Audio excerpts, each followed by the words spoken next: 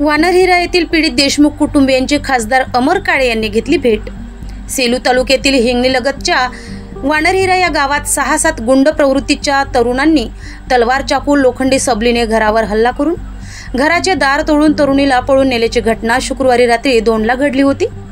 यात मुलीचे वडील मारुती देशमुख वय वर्ष 50, अरुणा भानुती देशमुख वय वर्ष 45 गंभीर जखमी झाले होत्या।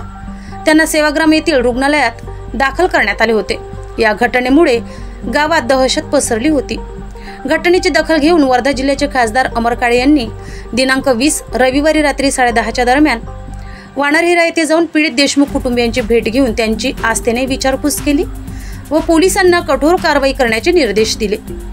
यात वैभव प्रफुल्ल थूल वय वर्ष 19 राहणार सुकडी स्टेशन तालुका सेलू जिल्हा वर्धा, मंथन सुदर्शन डंबारे वय वर्ष 19 राहणार जुवाडी तालुका सेलू जिल्हा वर्धा, अमन दत्तूजी मेश्राम वय वर्ष 20 राहणार रिमडोह तालुका हिंगणघाट जिल्हा वर्धा, गणेश बंडू नारनवरे वय वर्ष 20 राहणार सेलू, आशिष भरत नेहारे वय वर्ष 26 राहणार केळकर तालुका सेलू जिल्हा वर्धा, नयन उद्धव बावणे वय वर्ष 20 राहणार हिंगणघाट जिल्हा वर्धा यांना अटक करण्यात आली आहे।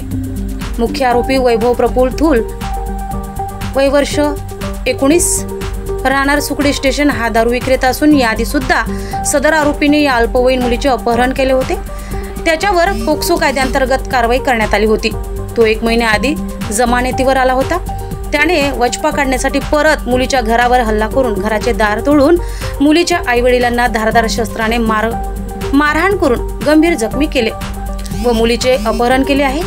यामुळे मुलीच्या सुरक्षेचा प्रश्न पुन्हा ऐरणीवर आला आहे। जनसंग्राम न्यूज वर्धा।